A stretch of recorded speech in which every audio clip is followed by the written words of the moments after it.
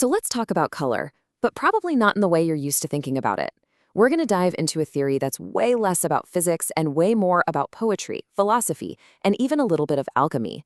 This is Johann Wolfgang von Goethe's theory of colors, a worldview where color isn't just a fact, but a living story, born from the eternal dance of light and darkness. And this quote, this is the heart of the whole thing. I want you to just forget everything you know about prisms and wavelengths for a minute. For Goethe, color is drama. It's an event. It's the tangible result of a cosmic struggle between two fundamental forces, light and dark, when they finally meet.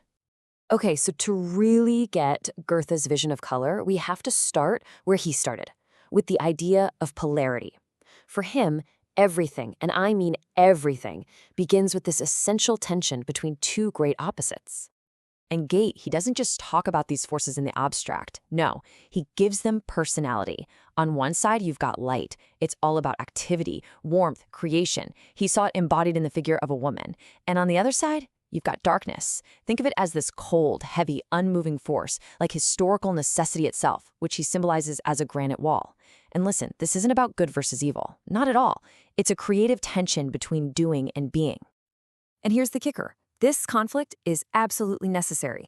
It's not destructive. It's the very engine that makes the world go round. Without this constant push and pull, this tension, the world would just be static, sterile, a completely colorless void. All right, so we have our two big players, light and darkness. But how do they actually make color? Well, they can't do it alone. They need a third element, a kind of middle ground, a catalyst that lets them actually interact. And that catalyst is what Goethe called the turbid medium. It sounds technical, but it's a simple idea. Think about the sky. The pure light from the sun is basically invisible, right?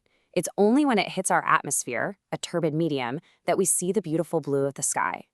In the story Goethe uses to explain this, the medium is a crystal, which he says represents the refined human soul. It's the lens through which we actually perceive and create the colorful world. And this is where the real magic starts. When that pure, almost blinding light has to pass through the medium of our soul, it gets kind of dampened, softened into the warm, joyful yellow of our intellect. And on the flip side, when we look at pure darkness through that same illuminated soul, it's transformed into the deep, serene blue of longing and depth. So right there, our very perception creates the first two emotional colors. But just creating these basic colors is only the first step. The real alchemy, the real transformation, happens when these colors start to intensify and become something even deeper. For this next part, there's a key German word we need to know, Steigerung.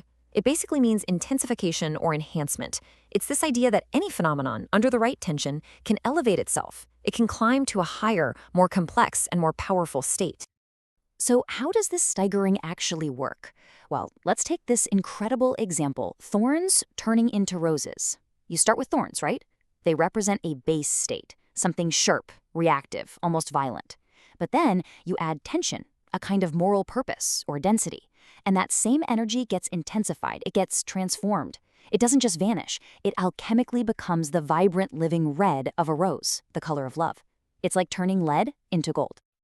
So, after all this conflict and intensification, any system is going to start looking for balance. The next stop on this journey is all about finding that harmony, that synthesis between those original two poles. Okay, so let's go back to our characters, who are basically these colors in human form. We have the traveler, who embodies that blue pole, all that yearning and depth. And we have the woman, who represents the yellow pole, that warmth of clarity and intellect. So what happens when these two finally come together? Well, when blue and yellow unite, of course you get green. And for Goethe, green wasn't just, green. It was the color of repose. It was the physical manifestation of perfect balance. It represents a living, breathing equilibrium where the eye, and more importantly, the soul, can finally just rest. It's the color of a world at peace with itself.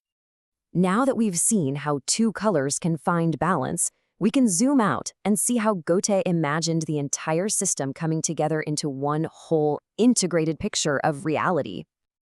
Now here's a really fascinating part of this whole theory. The observer is never separate from the experiment. In his parable, the woman is pure light, but she makes a choice.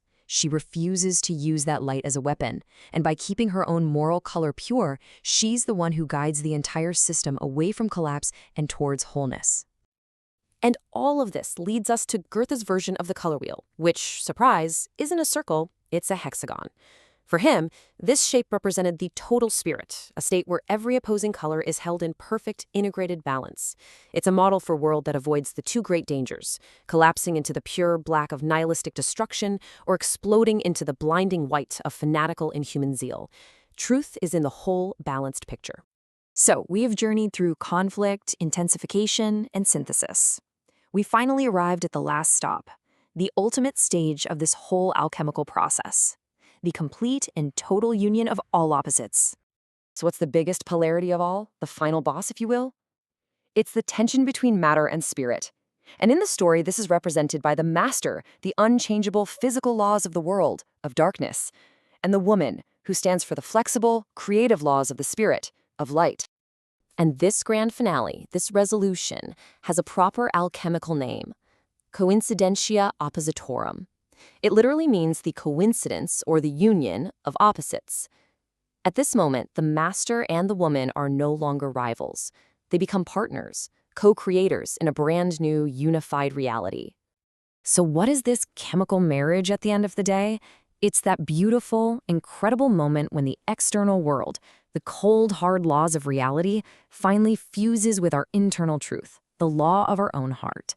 It's about achieving a life lived in complete, radiant harmony.